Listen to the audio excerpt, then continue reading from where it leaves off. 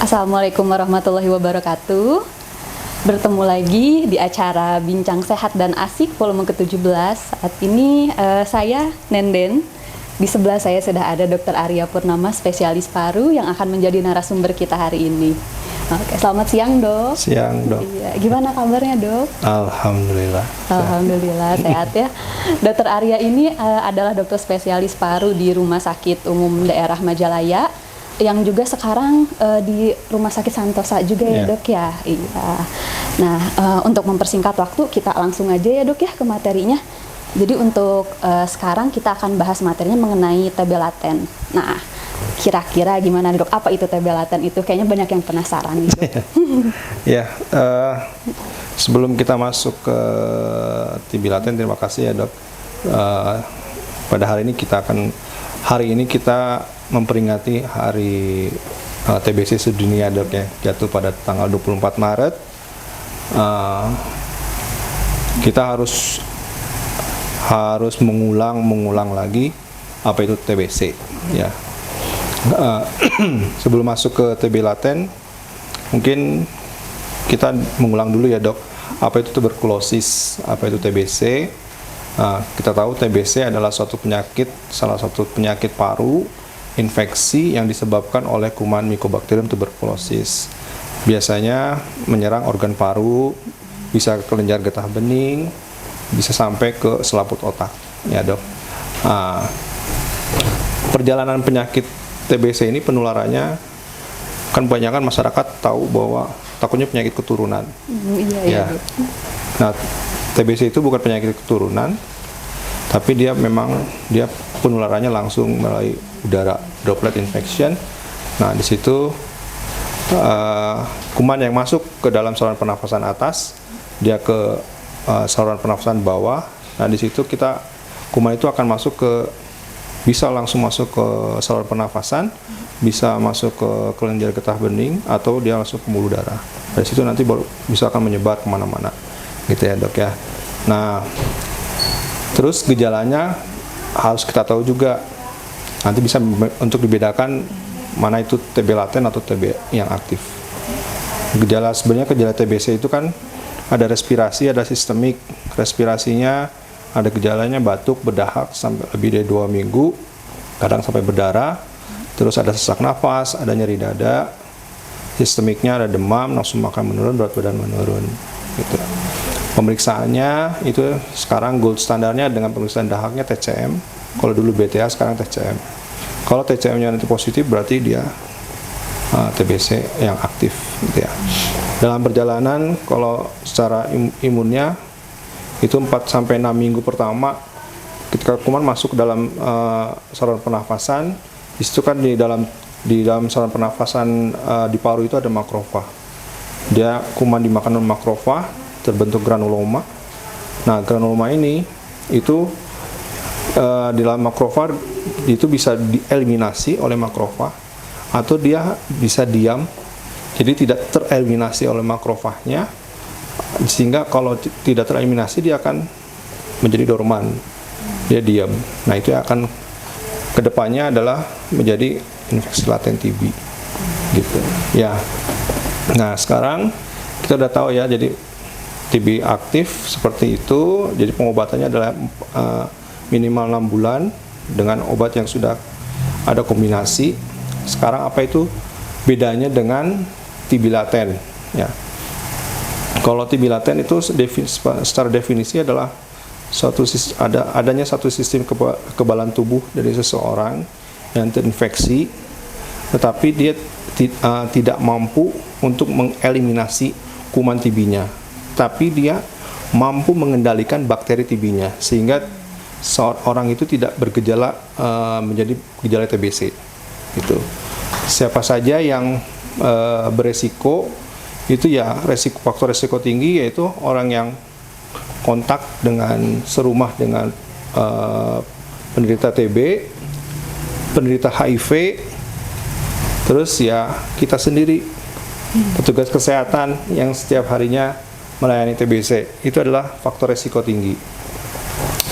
Dimana perbedaannya, kalau TBC kan itu, kalau TBC aktif ada gejala ya, Nah, perbedaan laten TB itu tidak bergejala, Dok. Gitu ya, tidak ada, pokoknya tidak ada gejala batuk apa dan sebagainya. Terus pemeriksaan TCM itu negatif. Pemeriksaan ronsen itu normal semua. Nah, terbalik dengan pasien yang TB aktif gitu. Nah, jika kita ada seseorang yang punya gejala termasuk faktor resiko TB laten, ya kita harus segera, namanya itu adalah terapi pencegahan, TPT namanya, jadi terapi pencegahan tuberkulosis. Nah, pengobatannya itu ada yang 6 bulan, ada yang 3 bulan gitu, Dok. Nah, cara untuk mengetahui dia pengobatan TPT itu, ya itu yang pertama pemeriksaannya adalah pemeriksaan tuberkulin test atau IGRA, dimana kalau misalnya tuberkulin tesnya positif atau IGRA-nya positif, ya tidak ada, dengan catatan tidak ada gejala ya, Dok, gejala pernafasan sistemiknya nggak ada, tapi tuberkulin tesnya positif dan termasuk faktor resiko tinggi, kita harus pengobatan. Jadi orang tersebut sudah obati sebagai terapi pencegahan gitu. Nah, evaluasi untuk pengobatan, ya evaluasi sama, yaitu ya klinisnya nanti. Jadi kalau ketika dalam perjalanan pengobatan TPT itu ternyata ada bergejala, ya kita harus evaluasi lagi, pemeriksaan lagi, apakah dia ini menjadi aktif atau tidak.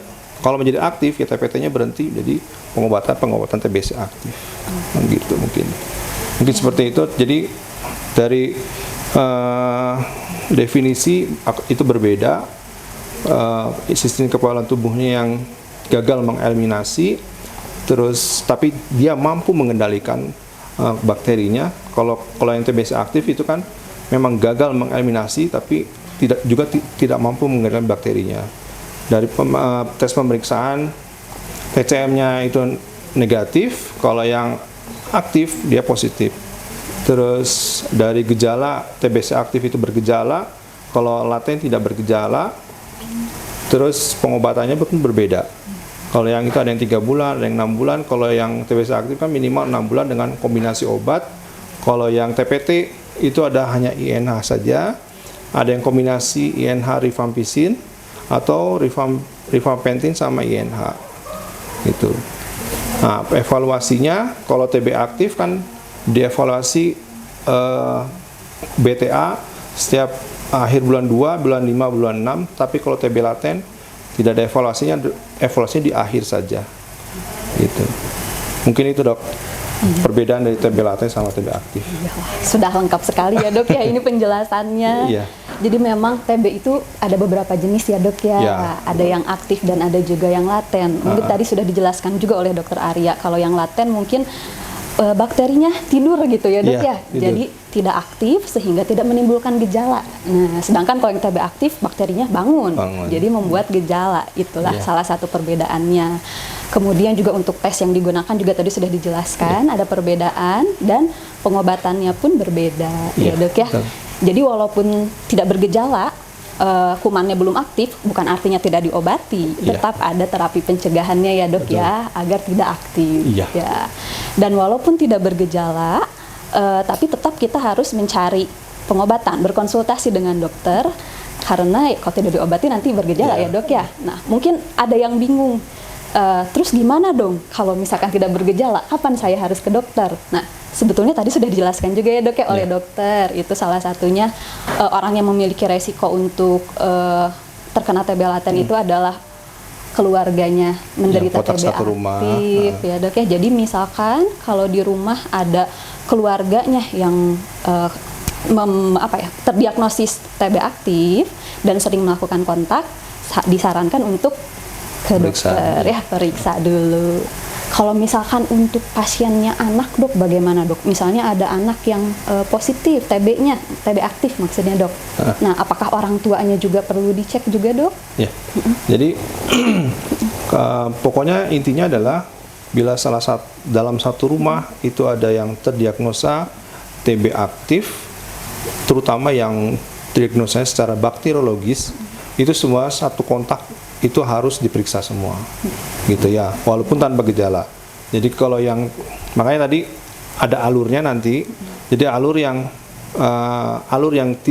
kontak satu rumah itu biasanya kalau anak yang kurang dari 5 tahun, di rumah ada anak yang kurang dari 5 tahun, itu biasanya langsung diobati terapi pencegahan, Dok, gitu ya. Jadi anak kurang 5 tahun di terapi pencegahan langsung, tapi kalau anak yang lebih dari 5 tahun kita harus periksa tes tuberkulinya dulu. Kalau dia positif, dia harus di terapi pencegahan. Kalau negatif, kita observasi terus, gitu. Oke, jadi tidak melihat umur ya, walaupun anak atau dewasa, tetap jika ada kontak segera diperiksakan, gitu ya, Dok ya. Oke, jadi ini, Dok, udah ada 3 pertanyaan, Dok. Ini yang pertama ada dari Ibu Putri. Ini bertanya, Assalamualaikum, Dok, izin bertanya, kalau TBC sama TB laten apa perbedaannya? Terus untuk ciri-ciri TB laten pada anak apa saja, Dok? Dan cara penularannya bagaimana? Terima kasih, Dok. Ya, tadi yang pertama, terima kasih ya Bu Putri atas pertanyaannya. Jadi yang kita tadi sudah saya jelaskan perbedaan TBC tuberkulosis yang aktif sama laten. Kalau TBC aktif itu ada gejala, ya. Jadi tadi respirasinya ada batuk lebih dari 2 minggu, ada sesak napas, bisa batuk berdarah, bisa demam, nafsu makan menurun, berat badan menurun, itu. Kalau TB laten, infeksi TB laten itu tidak ada gejala sama sekali, tidak ada batuk, tidak ada demam, berat badan biasa, normal semua, gitu. Terus dari pemeriksaan ronsen, yang kalau TB aktif pasti dia ada ciri khas dari dia ciri TBC-nya. Kalau laten itu biasanya normal dalam ronsen dadanya. Kalau pemeriksaan TCM-nya, kalau TB aktif ya tadi bisa positif, bisa TB resisten atau TB sensitif. Tapi kalau laten TB itu dia tidak pernah positif, selalu negatif, gitu. Terus pertanyaan yang kedua tadi apa? Bagaimana cara penularannya, Dok? Kalau TB aktif itu semua bermula dari penularannya ada droplet infection. Jadi melalui udara semua masuk. Tadi sudah saya jelaskan, masuk dalam saluran pernafasan atas, pernafasan bawah, di saluran di paru-paru kita itu kan ada, semua organ itu ada sistem kekebalan, ada adaptif, ada yang inet ya, yang alamiah dan adaptif. Nah, di situ 4 sampai 6 minggu pertama perjalanan itu adalah di mana kuman TBC setelah masuk dia akan dimakan oleh makrofag tadi, Bu. Jadi ada tentara di dalam paru-paru kita itu, dia makan. Nah, dimakan itu dia akan membentuk granuloma namanya. Setelah ada granuloma itu, di dalam granuloma si bakteri kuman TBC itu bisa tereliminasi, dia habis, jadi pasiennya tidak sakit, sehat. Tapi ada yang tidak tereliminasi, jadi imunnya yang kalah, sehingga jadi reaktivasi, akhirnya jadi TBC aktif. Tapi dia ada yang tidak tereliminasi, tapi dia menjadi diam, jadi dorman, dia hanya tidur aja. Nah itulah, yang tidur ini disebut nanti kedepannya laten TB, kalau yang reaktivasi menjadi TB aktif. Nah, kalau penularannya ya sama semua lewat droplet infection, gitu. Nah, jadi itu perbedaannya. Jadi menularnya tetap sama lewat droplet, namun ada yang tidur, ada yang bangun sehingga menjadi TB aktif, gitu. Nah, ini pertanyaan selanjutnya, Dok, dari Ibu Rani. Izin bertanya, Dok, apakah penyakit asma termasuk penyakit paru? Nah, ini mungkin dijelaskan dulu, Dok. Oke. Terima kasih. Penyakit paru itu tidak, yang kita tahu banyak, mungkin kalau datang ke bagian paru, polip paru, itu selalu, kalau paru itu selalu adalah TBC, gitu ya, TBC, Dok. Banyak, Dok, ini saya harus 6 bulan atau enggak pengobatannya. Padahal penyakit paru itu ya bukan TBC saja, tapi ya asma, PPOK, kanker paru, jamur paru, pneumonia, terus abses di paru, semua itu juga salah satu penyakit paru. Jadi asma ya salah satu jenis dari penyakit paru, gitu, Bu. Bu Rani ya.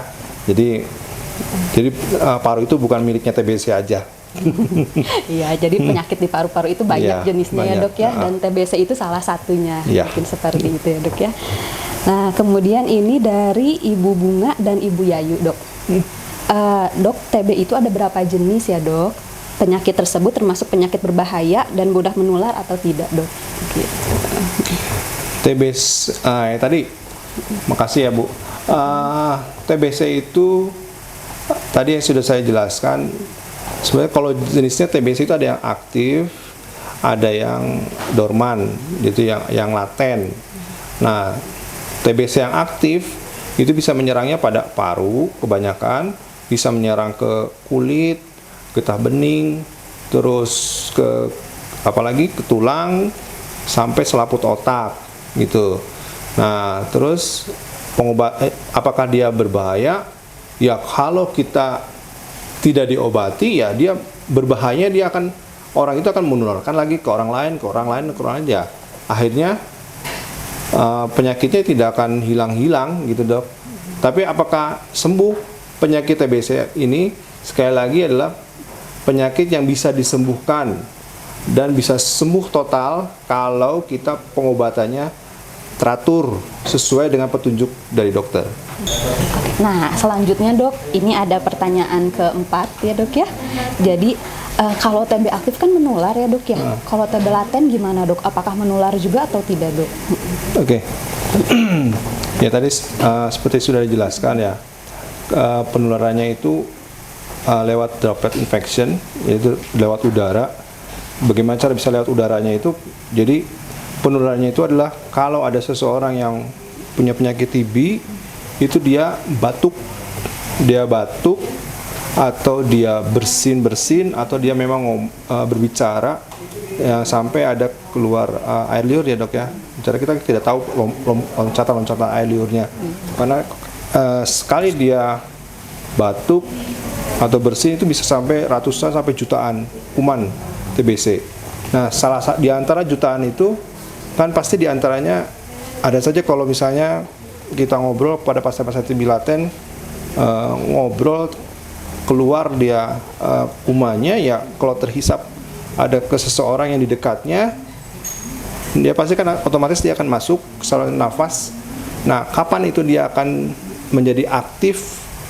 Dia kalau ada kuman yang betul-betul dia membangunkan si kuman yang tidur itu Dok. Jadi ada reaktivasi, akhirnya dia tertularnya bukan karena dormannya, tapi ada kuman lagi yang masuk ke dalam tubuhnya, kuman Mycobacteriumnya yang dia lebih kuat daripada sistem kekebalan tubuhnya. Jadi reaktivasi akhirnya menjadi sakit, timbul gejala, timbullah TBC aktif. Tapi kalau untuk dorman menjadi dorman lagi itu tidak ada dalam kemungkinan kecilnya tidak bisa menjadi patokan, karena yang pengobatan untuk TBC laten ini adalah yang punya resiko tinggi aja. Gitu. Baik Dok. Kemudian ini selanjutnya ada pertanyaan nomor 5 ya Dok ya. Untuk TB laten ini pengobatannya bagaimana ya Dok? Apakah berbeda dengan pengobatan pada TB aktif Dok? Ya, pengobatannya jelas berbeda ya Dok.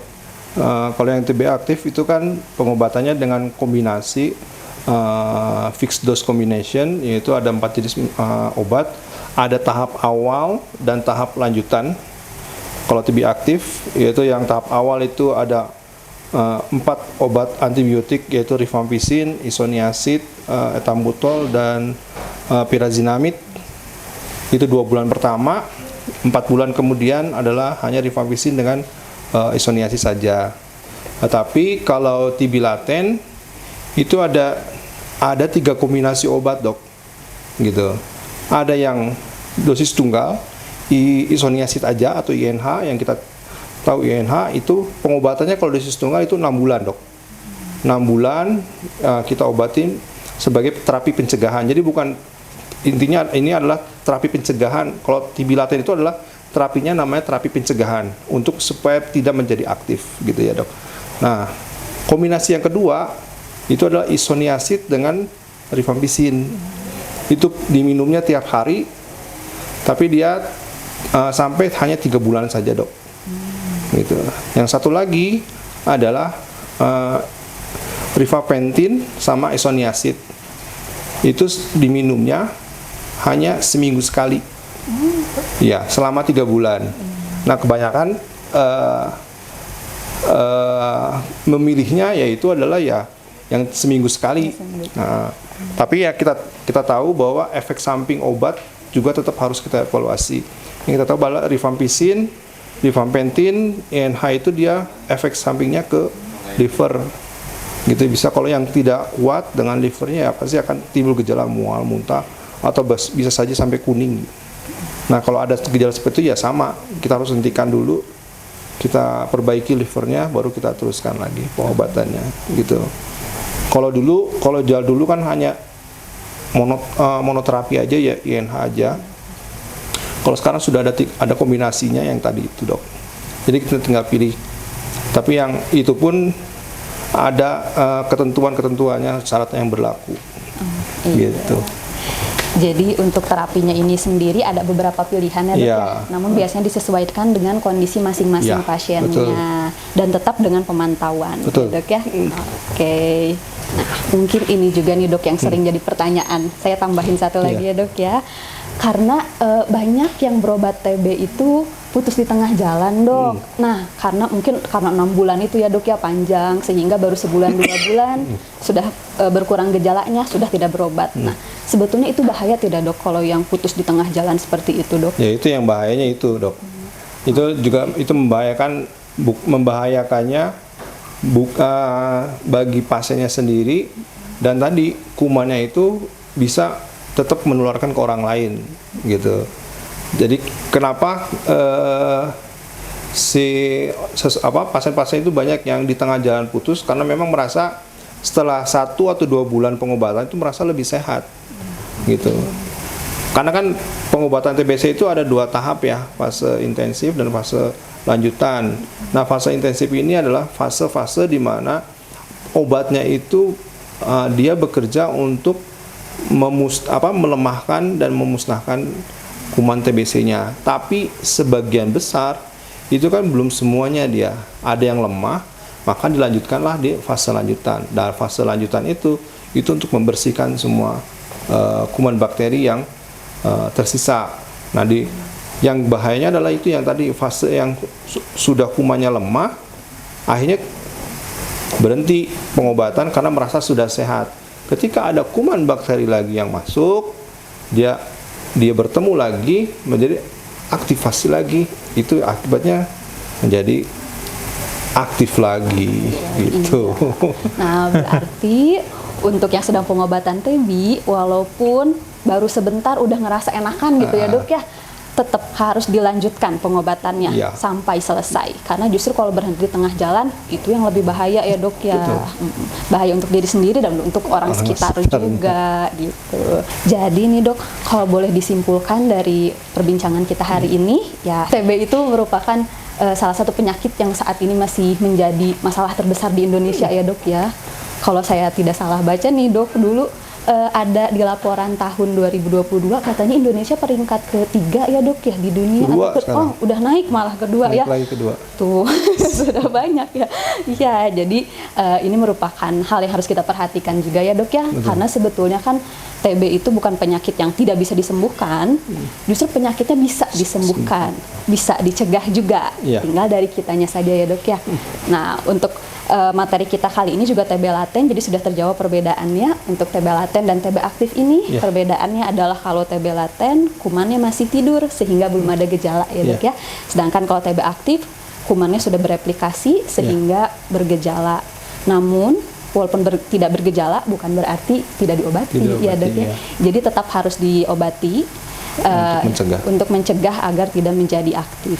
Dan yang memiliki resiko seperti orang yang kontak dengan pasien TB, orang dengan penyakit HIV, itu disarankan untuk konsultasi ke dokter untuk dicek. Dan kalau misalkan ternyata memang terdiagnosis TB laten, maka akan segera diobati ya, Dok ya.